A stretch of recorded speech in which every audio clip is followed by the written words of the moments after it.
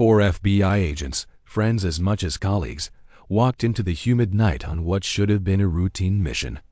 They were never seen again.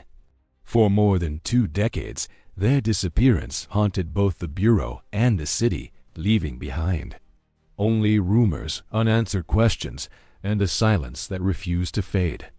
Then, 24 years later, deep inside a forgotten patch of Florida wilderness, something was uncovered, an eerie discovery that reignited the mystery and forced everyone to ask, what really happened to those 4 agents? Miami woke like a slow tide of heat and color, the salt in the air mixing with gasoline and frying oil. Seagulls turning over the morning while neon went dim on Collins and Biscayne. A radio sang about forever, and the ocean pressed its wet hand to every doorstep dot inside a federal field office near the bay. A coffee pot stuttered like an old motor, and 4 blue caps with yellow letters hung on a pegboard. Jack Owens, whose age settled in his shoulders before it named itself on his face, warmed his hands around a chipped mug and his red notebook. His watch, scratched from an old war, stayed 5 minutes fast because he trusted early more than luck. Carla Martinez entered with sunlight on her hair and the impatient rhythm of someone who solved rooms before she crossed them. The badge weighed less than the key at her throat, the key to a small apartment where her mother kept boleros low and a chair ready for a son who never returned. She touched the brim of her cap, a nervous habit disguised as swagger, and grinned at the burnt coffee, as if it were an old rival. In her drawer lay cassettes labeled in compact print. She liked the small storm of tape spinning. Sam Doyle filled the doorway like a friendly cloud, broad and gentle, a man whose words always carried a joke and a warning. Peppermint tried to hide the truth of his insomnia and failed.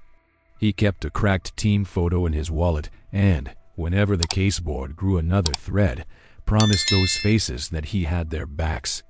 Rick Emerson came last and preferred it that way. He wore silence like a well-cut coat and kept his thoughts behind glasses that softened fluorescent light. Jazz records leaned on his desk. In a felt-lined drawer lay hats from cities that never asked his name. Lizards bothered him. If there was a second of quiet, Rick slid a question into it. They were friends the way some bridges are, delicate from a distance and stone when you step on them. The room ran through the liturgy of routine. The boss complained about forms without staples. Jack answered with a line from a film. Sam struck a heroic pose with the stapler. Carla decoded a messy surveillance log. Rick drew a map of Pinecrest and pinned red flags where the air might change. If I don't make it back, delete my mixtape, Sam said. Carla promised to keep it as evidence of crimes against rhythm. Jack wrote the exchange in his notebook. On faith that ordinary talk can grow roots. Rick lifted his cap, looked at them as through a viewfinder, and settled it again. They loaded up with the soft efficiency of a band that had rehearsed. Outside, Miami paraded in fruit colors while the Finzanganjimanzamd. Outside, Miami paraded in fruit colors while the Kinland. Radio gave them a thin chorus about faith. Carla drove because the wheel loved her better. Rick set the scanner to a quiet channel. Jack watched the clock that refused to admit the truth of time. Between light poles, history slid in like postcards. Jack remembered a jungle the color of rain and a helicopter that never came. Somewhere, a boy shared his eyes.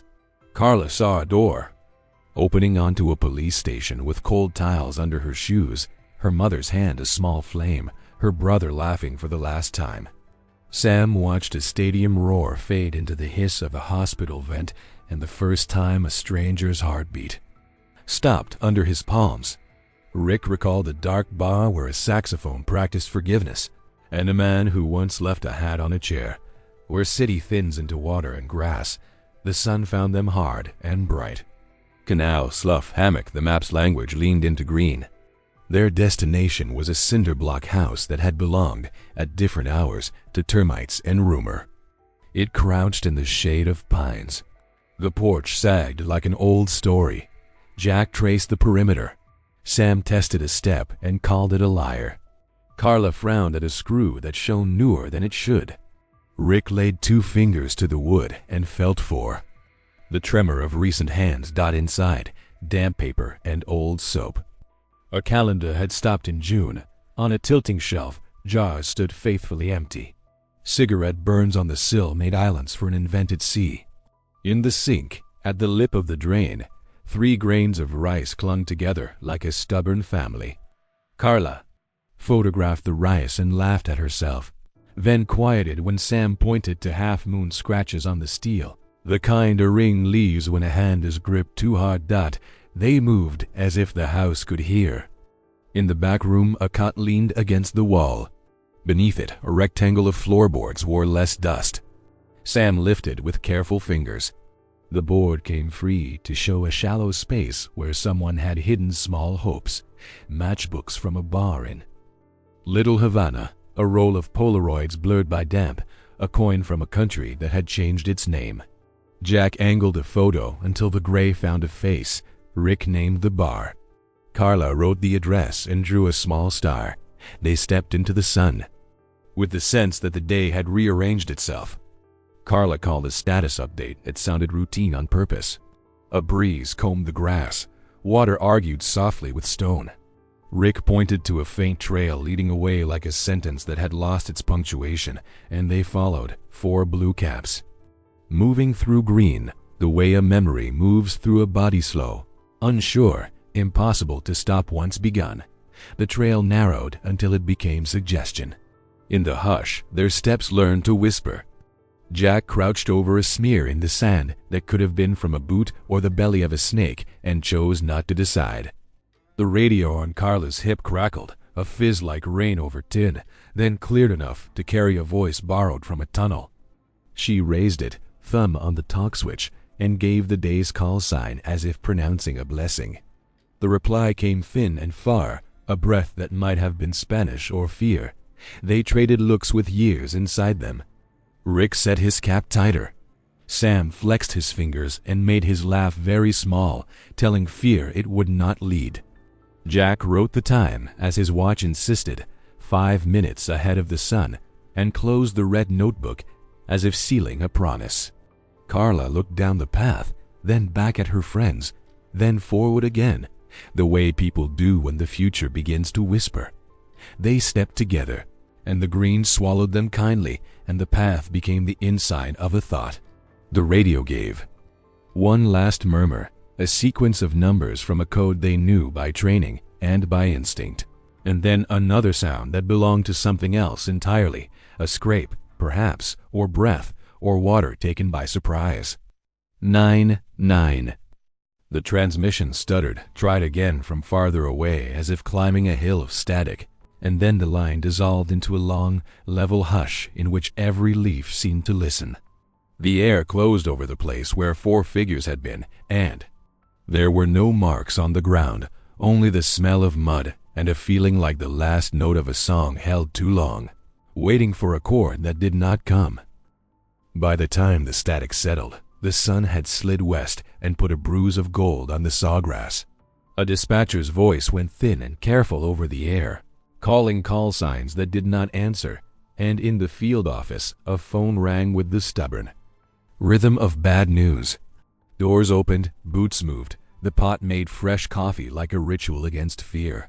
Someone wrote "possible officer down" on the board, and then crossed it out because no one had seen a body.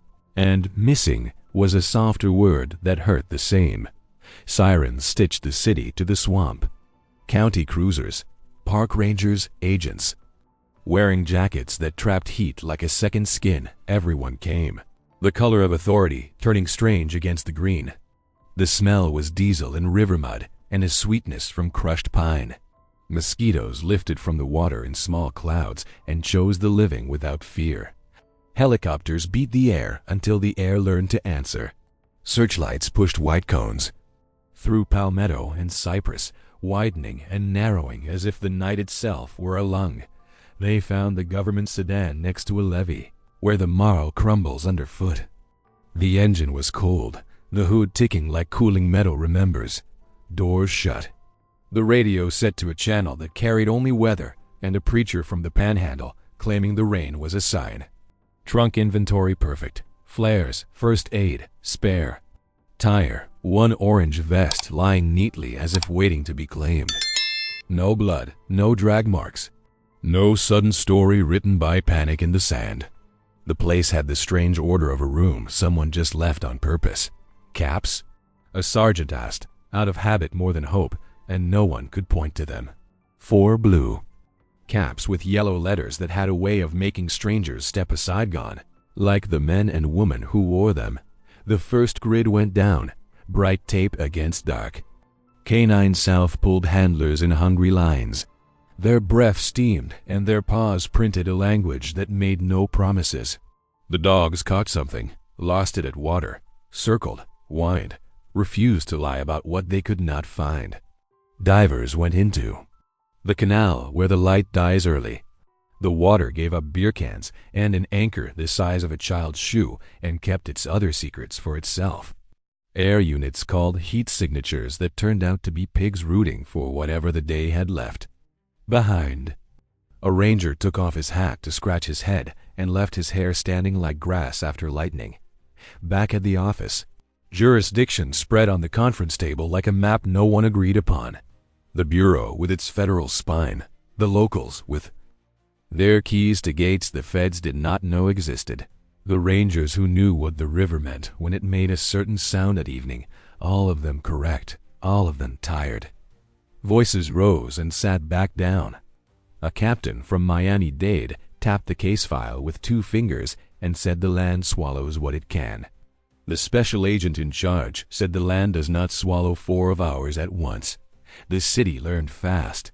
By morning, there were microphones on the steps, a van with a satellite dish bending its shadow across the sidewalk, radio hosts saying exclusive the way men say prayers they only half believe. A rumor moved like a hot wind from Little Havana to Hialeah.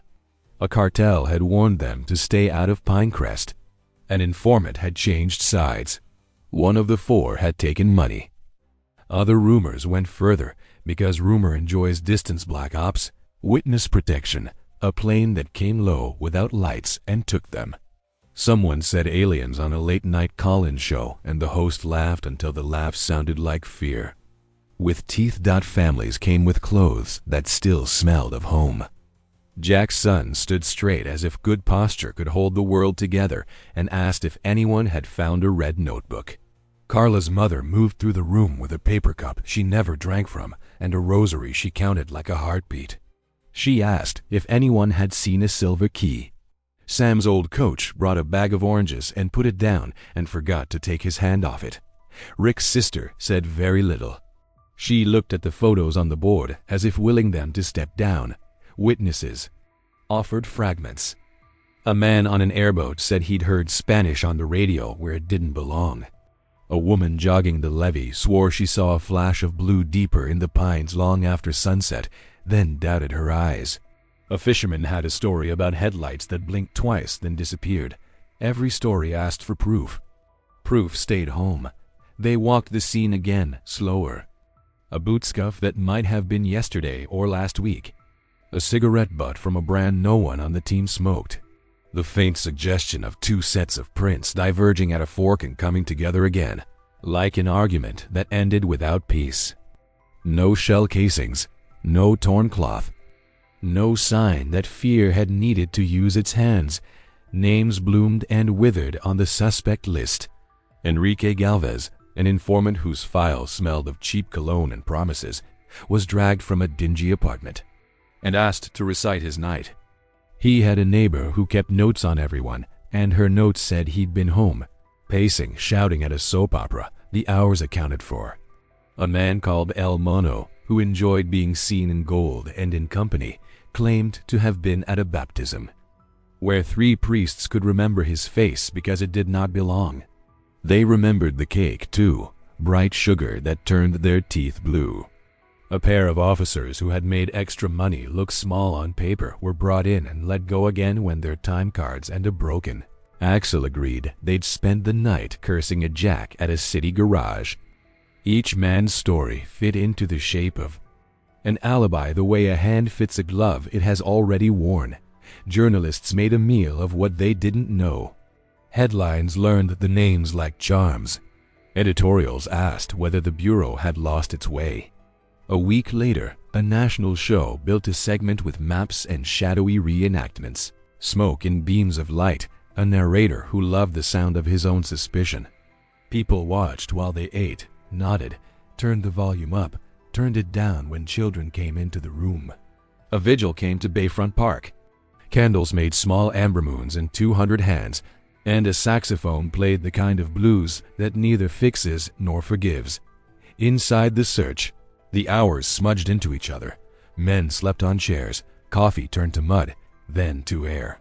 Photocopiers warmed fingers that had been in water too long. A whiteboard flowered with names of creeks and access roads, with arrows that crossed and crossed again until the lines made a net you could not throw.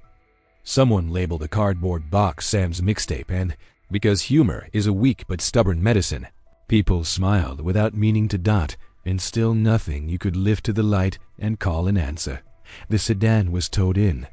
The fabric on the driver's seat held the shape of a body and gave no name. The radio logs offered a slice of prayer and numbers that made sense only to people who were not there. The 4 blue caps that would have stood like small flags at the center of any photograph remained a hole the size of 4 heads. A hat leaves a circle of pale skin after long days in the sun. The absence of those circles became an emblem on signing. The board, a ring of chalk around nothing.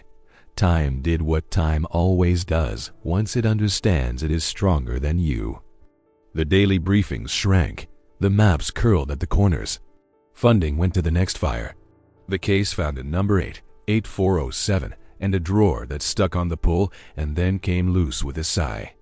People said the names less often and then mostly to each other, the way you say names to keep them from floating off.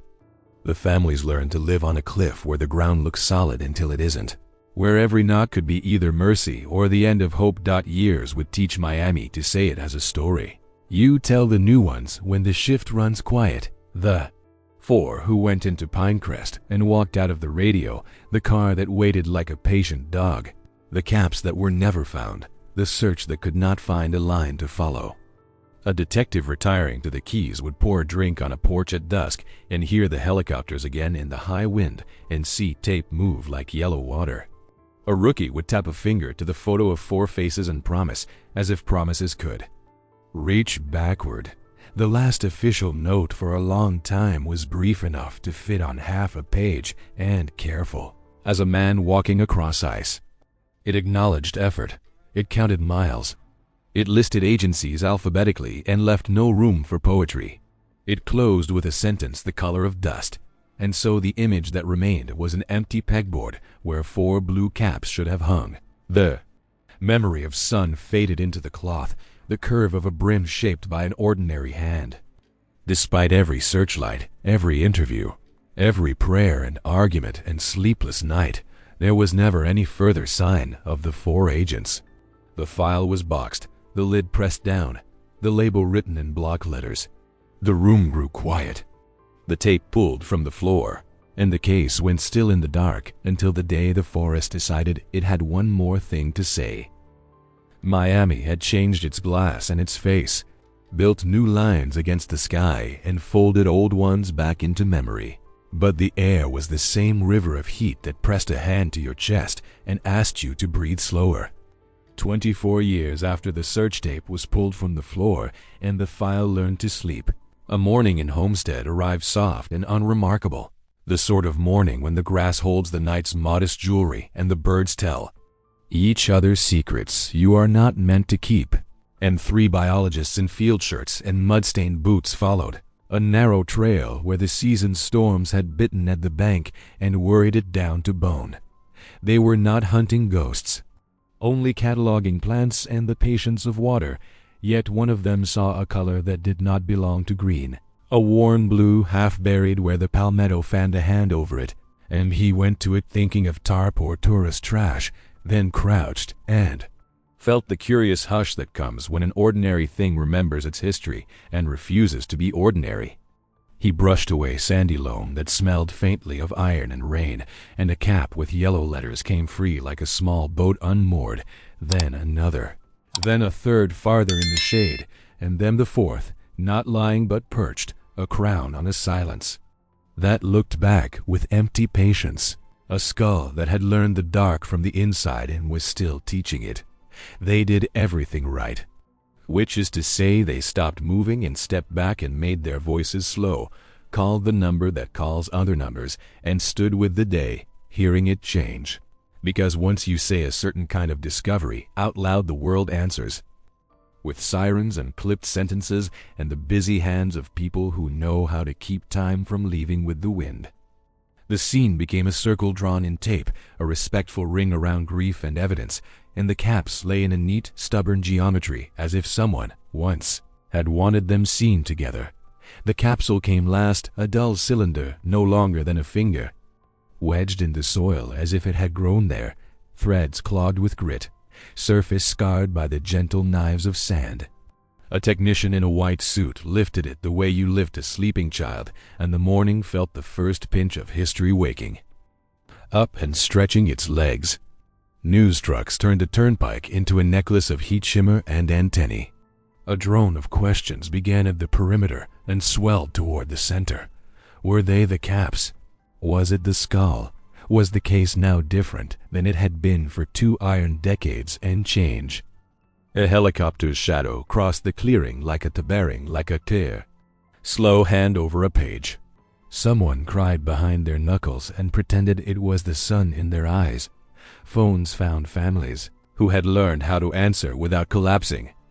Jack's son, no longer a boy, came with hair silvering at the edges and a jaw held tight, not to keep grief in, but to keep anger from spilling, and asked, almost politely, whether anyone had seen a red notebook. Carla's mother brought rosary, beads that had survived house moves and hospital rooms and hurricanes, little moons worn smooth by hope, and she held them against her mouth as if to warm them with breath. Sam's old coach arrived older and smaller, with that bag of oranges he always brought to everything he did not know how to fix. Rick's sister stood at the tape, a paper cup bent in her hand, and stared toward the blue set into the green as if the distance were a person who might yet be persuaded. The bureau woke in its bones. A new sack with a hairline that had retreated from the years, and a tone that suggested the years had not won, called the old case number, and said it aloud like a saint's day, and men and women who had only heard the story as a caution put on jackets that would trap the day's furnace and drove to a place where the dirt remembers. The locals met them with the shrug that is not disrespect but knowledge. They had not stopped being right about the river or the way sound travels through grass. There was less arguing this time, more nodding in the rhythm of shared work, because time will teach you mercy where jurisdiction fails. Into this heat walked Laura Bennett, who wore her competence like a linen shirt and kept her hair in a compromise with the weather, who brought with her a careful calm and a small cassette player older than many cases and younger than her stubbornness. She had hands that loved paper, and rooms where stories happened, and a habit of listening to the voices of the long-ago night, while she wrote in a yellow pad with a pen that was always near letting her down. People liked to say she had a gift for impossible knots. She knew it was just that she stayed at the table after others excused themselves. She toured the clearing the way. Some people enter a church, eyes alive to the hymns other eyes miss. She knelt by the caps and did not touch, only let her breath learn the shape of absence. She noticed the placement, not flung, not dropped, but laid, perhaps by a hand that wanted order one last time, and the way the soil had caked in the embroidered letters. She stood over the skull and thought, not of death as spectacle, but of patience as an element, and of how the earth keeps what we lose until the weather decides it is time to share. In the lab, the light is never quite beautiful, but Laura liked the way it refused mood. The caps were bagged. The capsule was coaxed open under glass, its threads persuaded by a technician with hands steadier than pride. Out came a scroll of thin paper, the color of old teeth, the ink humbled by damp but not erased. A clutter of numbers and small arrows, and someone's block print trying very hard to be precise. She felt the tug of recognition, Jack's tidy, stubborn handwriting, if the samples she had studied were not lying. A draft of a code layered across a map that had long since faded. Words tucked like seeds between digits. North ditch. No echo. Hourglass. DNA is a slow poet and an honest one. Days later, in that light that hated mood, a printer cleared its throat and delivered a single page with a sting in it. And the scientist did not make a speech because science doesn't. He only brought the page and placed it beneath the fluorescent buzz like a small flag. Dental patterns and a fragment of healed fracture, the arithmetic of identity, the line that is never written lightly. Consistent with Emerson, Richard Alara did not sit. She did not touch her face. She let the fact stand in the room and be itself. In her head, a saxophone played a line from a record sleeve she had seen in a photograph of his desk, and the shape of his glasses at the edge of the frame flashed. Like a fish in memory, the press learned it 2 hours later and made of it the thing it knows how to make: a caption, a lower third, a panel of X-agents with careful nouns. The families learned it sooner, and in rooms with closed doors and cups of water, and someone who had practiced the sentence until its corners were rounded off. Grief returned like a visitor who had kept the key. Jack's son stared at the form, and saw his father's red notebook beside it in his mind, and wondered if pages feel lonely for the hand that moved across them. Carla's mother kissed the rosary and said Rick's name as if returning it to the air might make it warmer. Sam's coach put the oranges on a table as if vitamin C could do battle with years. Lara did not let the moment become a period. She spread the thin paper from the capsule on a board and stood back, then leaned in, then stood back again. The numbers smelled like a book cipher. Hourglass. 2 triangles that, when mirrored, made a figure 8. She called up scans of Jack's red notebooks, the ones she had hunted through a warehouse that kept the dust of 3 administrations, and found a margin note to some long-gone self. Use June calendar plus radio logs if lost. June when the calendar in the Pinecrest house had stopped. She pulled the 88 radio logs from storage, plastic crates whispering against shelves, and stacked them on a table so wide it felt like a shore. Old audio is stubborn, but it contains a kindness. It continues to be itself, even when you are tired. Lara threaded a cassette into her player and let the room fill with the thin rain of tape hiss.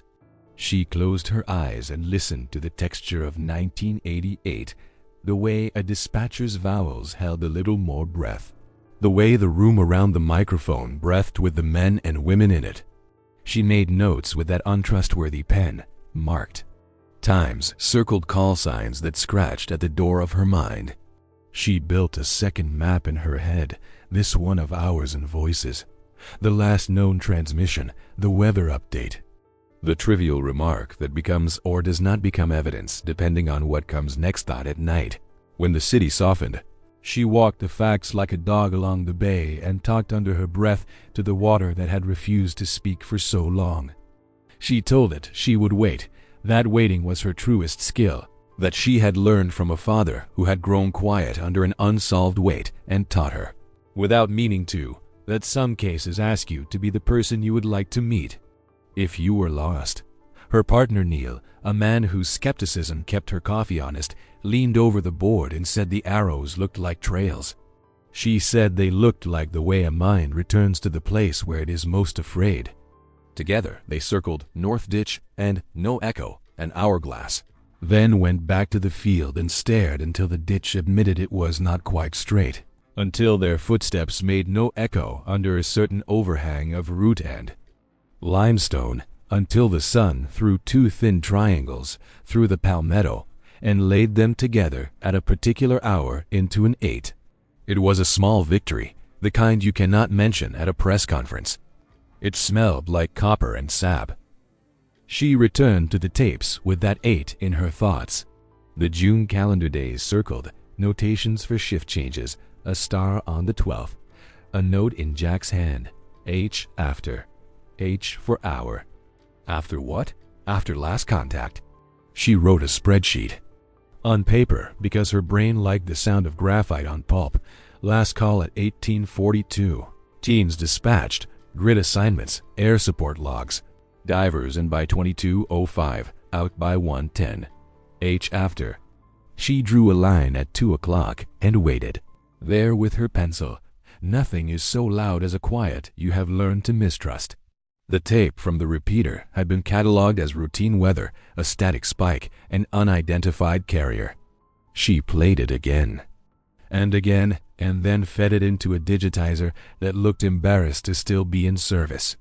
She stripped the noise, not to make it pretty, but to make it honest. Beneath the rain of time, an articulation rose, syllables shouldering through the hiss like men through thick grass. A voice that did not belong to any of the four, a cadence that leaned toward the island.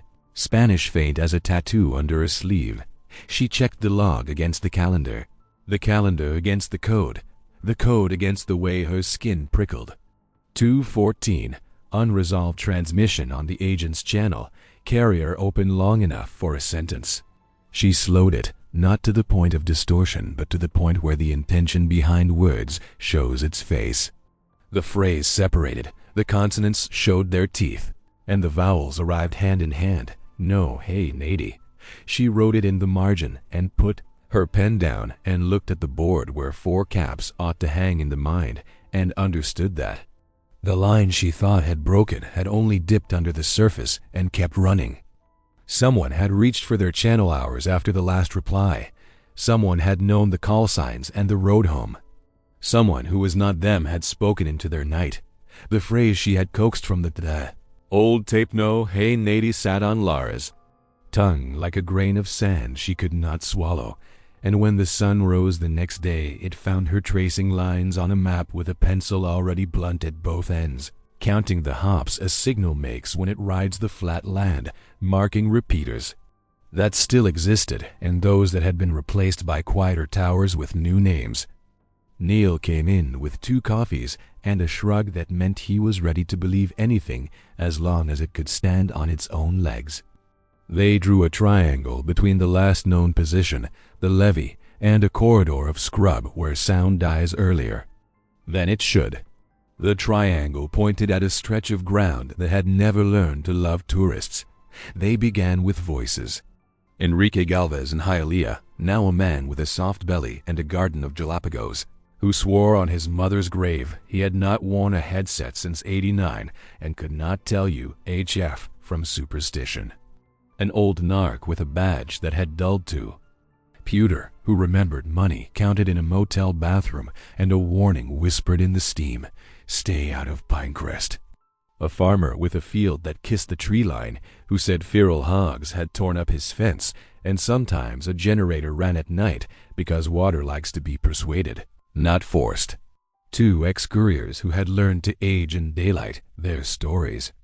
Close to overlapping, never quite touching. Testimony is a house with many doors. Lara walked through each and felt which rooms had air. The path through the sawgrass insisted on teaching patience again. Heat lifted the smell of resin and damp limestone. Dragonflies stitched blue thread along their route, easy as a seamstress who trusts her hand. They found the sign first, because the sign wanted to be found. Nitrogen monoxide hunting in faded red on tin that had taken too many summers. 2 bullet kisses near the O, a corner bent where wind had tried to make it a flag. It hung on.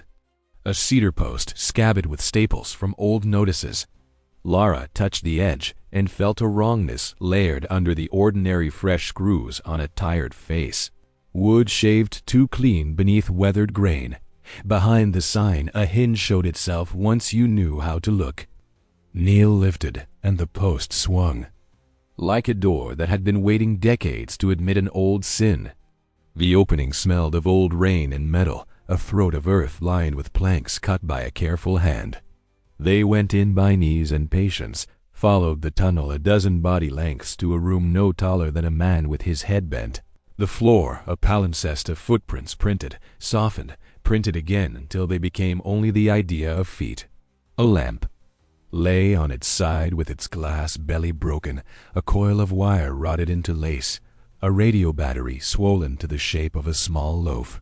There, in the corner where water sometimes wrote its name and then forgot it, a dark bloom on wood that time had. Not entirely erased, iron whispering the old word for blood. They found brass. The honest leftovers of fear made into action. .38 casings dulled to a warm brown. 9mm rounds bright only where fingernails had protected the metal from the air. A single deformed slug folded like a paper boat that never sailed. In the plank above the stain, 2 holes closed together, side by side like eyes that had closed a long time ago.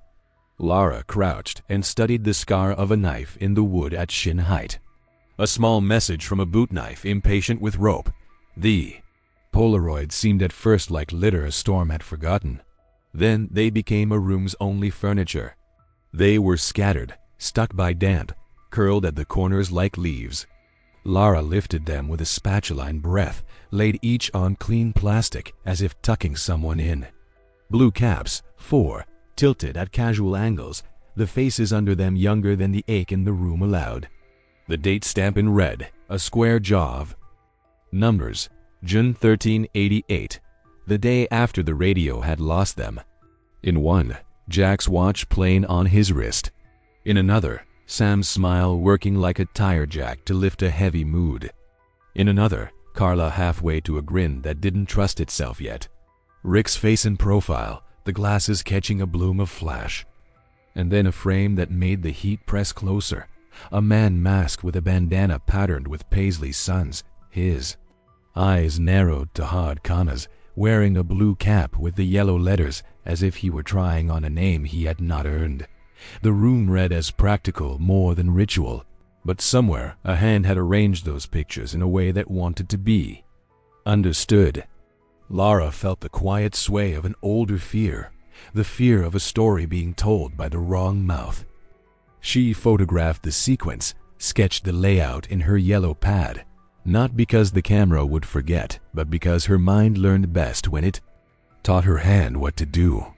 Neil found a scrap of packaging with an old federal procurement code that should have belonged to tape or bags in a field kit and did not belong here. He held it up between finger and thumb like a leaf with an unfamiliar vein. They came back to light blinking, eyes watery from the change, and breathed the big air of the trees with gratitude that felt like apology.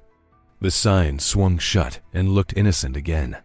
The farmer met them at his fence line with a cap that had seen the same sun and asked, in a voice pitched to friendliness, whether they had lost their way. He said the sign had been there since his Father's Day, that he painted it every few years so kids would keep their guns to the range, that he didn't know why someone would put a hinge on an old post unless it was a joke. He laughed in the key of neighborly and then left too fast. Later, records said he'd bought a generator with cash, 2 summers after '88 and a box of nails, turning to powder in a shed. Old rivals came out of their burrows when the air changed. A retired agent with a memory like a file drawer, said Jack, had been noisy about a leak in the office, and men do not forgive being called wind chimes. A former cartel accountant in witness protection recited figures for hours and then, as if it were a footnote, mentioned a payment labeled Sigillo Casa. Pino, secrecy Pine House written over in a different hand. A ranger admitted he'd once heard a radio voice he did not recognize using the Bureau's call signs and chose to consider it a malfunction because the preferred truth weighs less when you carry it home. Theories multiplied the way mangroves do, root from branch from root, each plausible if you didn't measure it with your hands. One said a rival unit had staged a scare to push them off a case, and the scare had turned feral. Another said a cartel used a lawman's keys because criminals love a frame that fits. Another, more tired and more dangerous, said what people keep in the back of their mouths when institutions go quiet. It was one of their own. At night, when humidity walked the halls like a visiting aunt who will not be told where not to go. Lara came home and placed the Polaroids on her dining table and turned the cassette player on low as if the thin static could keep ghosts from eating. She thought of her father, who had once folded a blanket with such care you would have thought he was putting away weather, and how he went smaller when a case met silence and shook no answers from it. She promised him a thing she had no right to promise, that she would stay until the room answered, even if the answer came in the shy voice of a stain.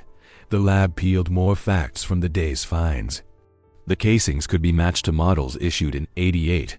The knife scar in the plank contained a trace of adhesive consistent with tape used on restraints before someone in a hurry cut a corner, and then the rope. The procurement code on the scrap traced back to a batch bought by the Bureau in spring of that year, which did not prove corruption but made the room tilt toward it. The masked man's eyes, enlarged on a monitor, offered a faint crescent scar in the left brow, enough for a detective to make a list of 3 men alive and 2 dead who had ever stood too close to a bar fight. They re-interviewed the men whose names had survived the purges of memory. The old narc, more tired now, admitted he'd heard a joke about caps after the disappearance, a cruel little line about trophies that ride back seat. The farmer, confronted with the hinge, said kids did it and tried to sell a smile that did not fit his face. An ex-corridor pilot who'd worn his teeth down with worry claimed someone had once paid him to circle a clearing without landing, just to make a noise the forest would remember.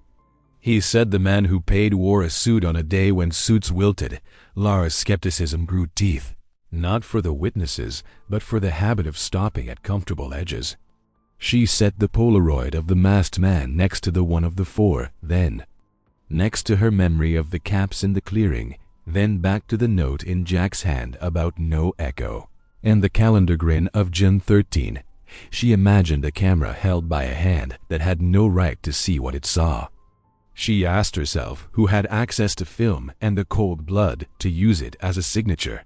The suspicion inside the Bureau did not arrive. It grew like a bruise. A requisition form misfiled 3 shelves from where it belonged. An overtime slip that put a certain agent near Pinecrest the week after the search ended. A gas station receipt for 2 cans of diesel taken on a night when nobody had a boat in the water, each fact small as a seed. Together they suggested a garden. Even so, answers kept their hats down. The tunnel gave them only what it chose to give. The sign sighed and went back to aging. The farmer gave a statement and hired a lawyer whose tie was so loud it made birds nervous. Neil, who loved neat corners, began to live with the idea that the box would never shut. Lara carried the pictures in a folder the color of storm. It was near evening when the call came from a hospice in Key Largo. A nurse who sounded embarrassed by the role of messenger. A man in a bed by a window that let in mangrove light wanted to speak to Law, she said, because he had something sticky on his soul. He had once driven for men who liked cash and quiet. His story arrived in pieces, as old engines do. He had ferried supplies down a canal in summer '88 and had been told to wait for a signal that never came. He remembered men with badges where badges did not belong. He remembered caps.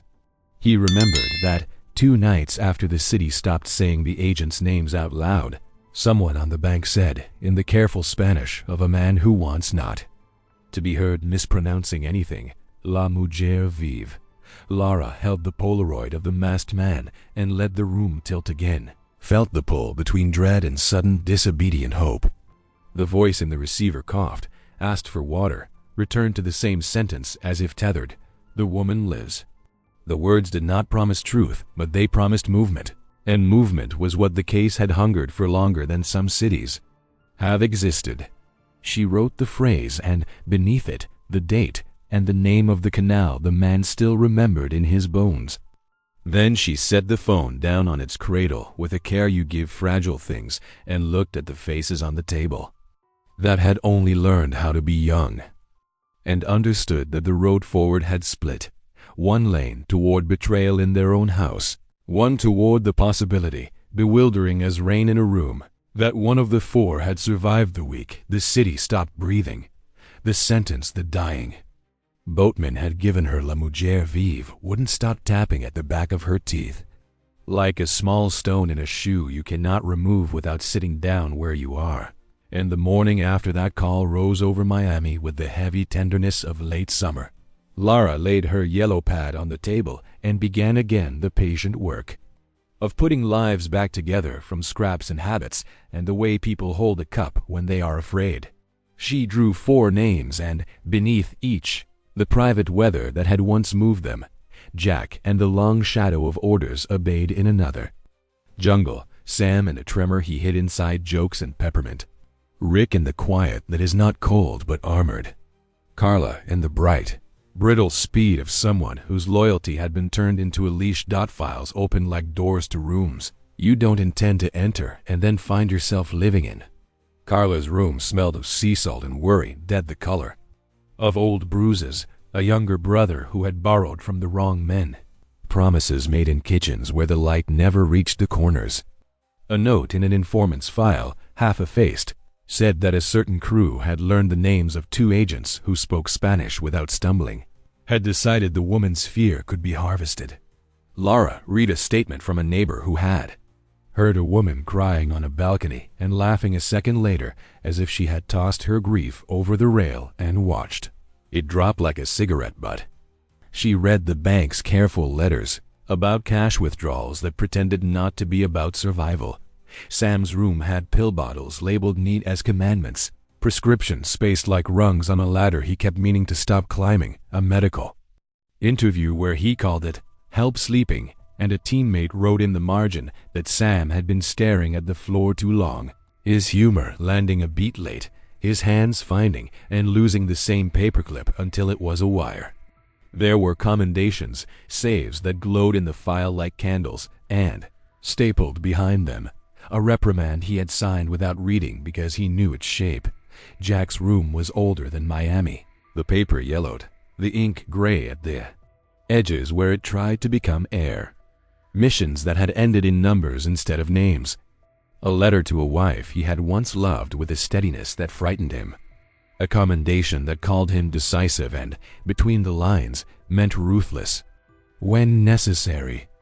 A friend's recollection that Jack, after the Pinecrest case took shape, had spoken of a leak in the office and the ache of being right when right meant lonely. Rick's room was a shelf of vinyl in photographs, a hat collection in tidy rows, shoe soles that never wore out on the edges because he walked the center of the road. In notes from a supervisor, he was described as observant to a fault, which is to say he noticed what he should and what he shouldn't. There was a line about informal inquiries into supply requisitions, a polite way to say he had been sniffing the skirts of the evidence room and the unglamorous world of who signed what and when. The day worked in 2 times at once, the now of dust and fluorescent buzz, and a then that came back as if called by a voice. In the then, a phone rang in Carla's apartment with that late 80s insistence, and a man spoke softly about her brother's debt and the way overdue balances feel like someone leaning on your chest. She promised money she did not have and pressed her palm to her mouth where the skin fluttered like a napkin in a gust. In the then, Jack closed his red notebook over a thought he could not prove and sat alone in a car until the windshield fogged, staring at the office door and thinking of which pair of shoes had walked in and out at hours the log did not prefer. In the then, Sam crushed a pill with the spoon back and told himself it was only for that night. In the then, Rick phoned a clerk who checked out film and tape and asked, with professional politeness, whether any rolls had been ordered that did not find their way to a case file. The clerk said no, and afterward wrote that she would remember his tone because it carried the suspicion of a man who has seen a trick before and did not know where the hand was this time. The lead to Cuba did not announce itself as a dramatic turn. It was an address that refused to be false and a whisper from an accountant turned ghost who remembered the number of hands that touched a ledger labeled Sigillo. Lara traveled on paperwork that made everything slower and more official than truth. And when she stepped into Havana, the heat laid a gentle hand on the back of her neck. The cars were colorful survivors. The buildings along the Malecon kept their dignities and faded coats, and the sea spoke in a dialect of salt and old engines. She found Enrique Galvez older than his file, a man with mango sap under his nails and a courtyard where a radio played boleros for nobody in particular. He had been declared dead because it was convenient. He had agreed because death on paper is safer than certain kinds of life. He served coffee that tasted like the idea of bravery and told his story in arcs, starting with money counted under a ceiling fan that struggled, moving to a night when a phone in Miami clattered on a countertop and a voice ordered silence as if paying for it, ending with a river in Homestead where he waited for a knock that never came. He said men with badges had stood on a bank where no badge should stand. He said the code word for the four was sombreros, a child's word that made murder feel like a game. He said he heard, days later, a phrase that moved like a swallow over water, La mujer vive, and that the voice did not belong to the street.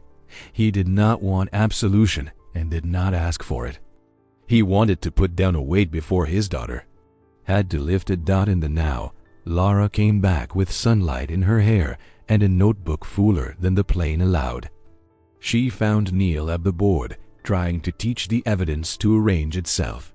The hospice man's sentence and Enrique's dovetailed in her mind until it formed a small boat that might carry them through shallows. She faced the bureaucratic walls again, the sign-out sheets at the evidence locker, a requisition for Polaroid film that had been filled twice, overtime slips that put a certain agent out near Pinecrest the week after the search ended, a gas charge at a marina nobody remembered. Each one a feather that learned how to be a stone when you held them together. The audio came from a place between luck and long work. A retired ranger who had kept a box of tapes because he mistrusted silence gave her a microcassette labeled June. Possible Spanish. The tape fought her fingers and then gave up its small ghost into a machine that still knew how to hum. Beneath hiss and the wandering of a demagnetized life, a woman's voice lifted itself. Tired and careful, the vowels carrying the soft edges of Miami and something older.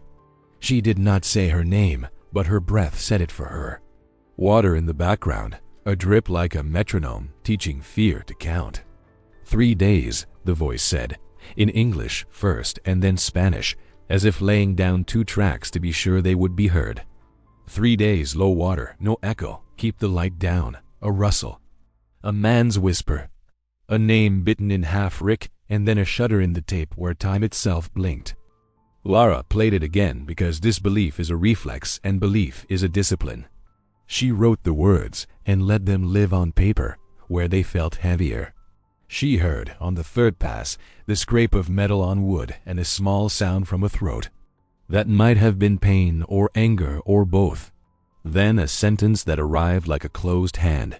Don't. And the tape fell into a hole and climbed out with a breath and nothing else. The suggestion lay there like a shadow at noon. They had been trapped somewhere the day did not enter. They had tried to keep their light a secret. And something between them had grown sharp enough to cut. She and Neil walked the geography again with those words in front of them. The place with no echo. The room with knife scars. The casings dulled to brown. The Polaroids laid with a care that felt like contempt. The masked man with the crescent scar on his brow like a thin moon. The procurement code that should have stayed in D. C. And learned the names of 3 men instead. They stood in front of the board and did not speak for a long time, because speaking too soon is a way we have of making evidence become the story we want, and Lara had learned as a daughter that silence sometimes allows a truer sentence to find its own throat. In the last long day bloomed. They were in that cinder block house where the calendar had frozen. Sam's hands shook when he poured coffee, and he made a joke about his doctor's handwriting. Carla's face went tight when a pay phone down the road rang without stopping, and she refused to go.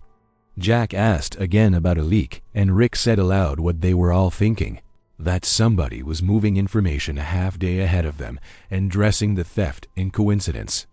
They argued the way families argue when they are tired and scared and trying very hard not to be either.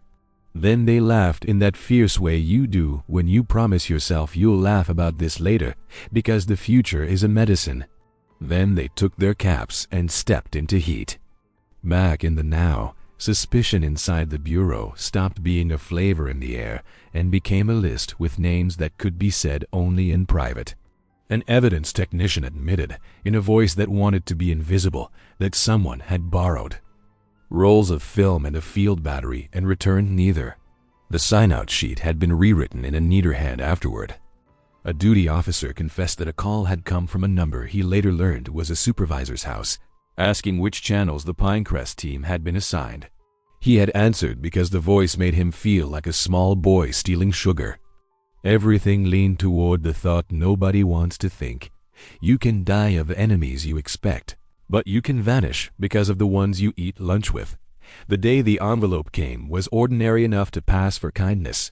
Rain had washed the city clean of heat and left the streets smelling like pennies and wet cardboard.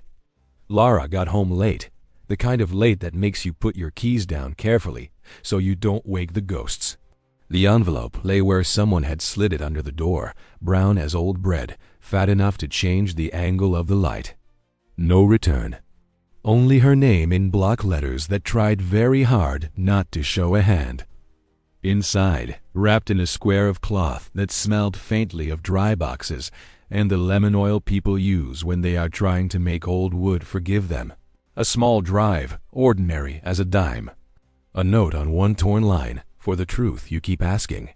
She stood a long time with it in her hand, the room holding its breath with her, the Polaroids on the table reflecting a bit of the streetlight like distant water.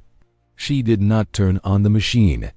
She placed the drive on the yellow pad as if setting a stone where a river must change its mind, and let the night deepen around the choice she would make when morning knew her name again. Lara waited until the rain had wrung the heat from the city and the traffic was a soft hiss on the boulevard. Then she set the small drive into the open palm of the machine and let the room quiet itself around what was about to arrive. The voice came thin at first, the way a candle comes back after wind tape hissed like moth wings, a breath that measured itself, and then the shape of a woman's courage trying not to sound like fear. "My name is—" "It doesn't matter," the voice said, and it mattered anyway because the vowels carried Miami and a house where the radio played boleros in the kitchen. "If you found this, you are late, but you are here. We weren't supposed to be here." Water ticked somewhere in the background, counting time for a room without windows. Words spaced themselves so that pain could walk between them. "It was two traps," she said. "The one we expected and the one we did not. Men from the Verde River, boots that drink mud, and another man whose boots should have been with ours." She gave the forest back its steps.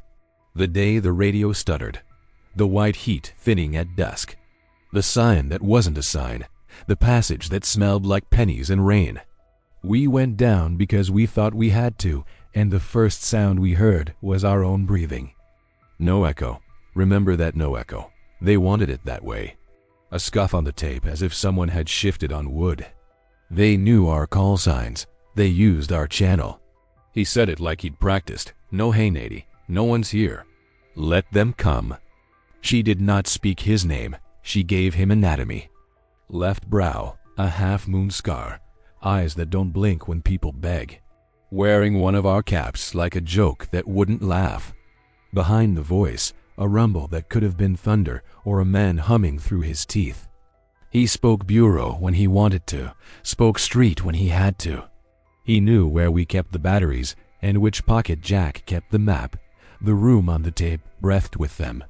Rick's voice rose once, level and close. Sam's humor tried, failed, tried again, and found a small place to live.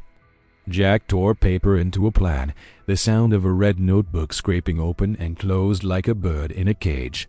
3 days, the woman said. Low water in the ditch at dawn. The hourglass in the leaves when the sun cuts triangles and they touch. A scrape of metal on wood, a whisper of adhesive tearing where a knife had changed its mind. If they come before that, do not talk. Make them waste their anger on silence. The second night, the other door in the dark opened. "Cartel." "Yes," she said, "but new faces. Men hired to stand behind the first man so he could look respectable while he decided who would live." A breath. He wore gloves even when it was stupid to wear gloves because he did not want to feel us with his skin. The tape shook when gunfire came, a migraine of sound the machine barely held. In that storm, a smaller thing. Rick saying her name where the bullet would go if she stood, a body moving without permission. The horror lasted a blink and forever. When the noise stepped back, the room knew a new weight. On the recording, Carla's voice confessed the truth of that night in the forest. They had been trapped in a double ambush, cartel gunman on one side and a man from within the bureau on the other. Rick had stepped in front of her when a bullet came, dying so she could live. His last words were for her to keep watching the door, to keep fighting. Because Jack had been right. The enemy wasn't only outside. Carla described how, after days, hidden in silence, they managed a desperate escape through a ditch where sound could not carry. They carried small relics, Rick's badge, a piece of his watch, one photo of the four of them. She admitted she had taken his cap instead of her own, unable to bear leaving it behind. Forced to split, Jack moved north. Sam fought to keep walking, and Carla took the canal. They left subtle signs, a bent leaf, a coin under a root, tiny marks only someone who cared would notice. Her last plea, "Tell them we did not betray. Tell my mother I kept the key." She named the infiltrator only in fragments, a man with a crescent. Scar above his brow, fluent in 2 languages, someone who signed out film that never returned, who asked for their radio channels from a house line. The one who can live 2 lives and wash his hands before dinner. The tape ended with a breath that chose not to go on. For Lara, the pieces finally fit. The falsified requisitions, the marina receipt, the tunnel scars, the hospice confession together, they painted the shape of betrayal. Internal Affairs would close the file quietly, no trial. Only a name scratched into a box and a private ceremony to honor the fallen. Lara wrote letters to the families with the gentleness of dressing wounds, telling them Rick's sacrifice had protected the others, that survival had been possible for some, even if their paths were lost to time.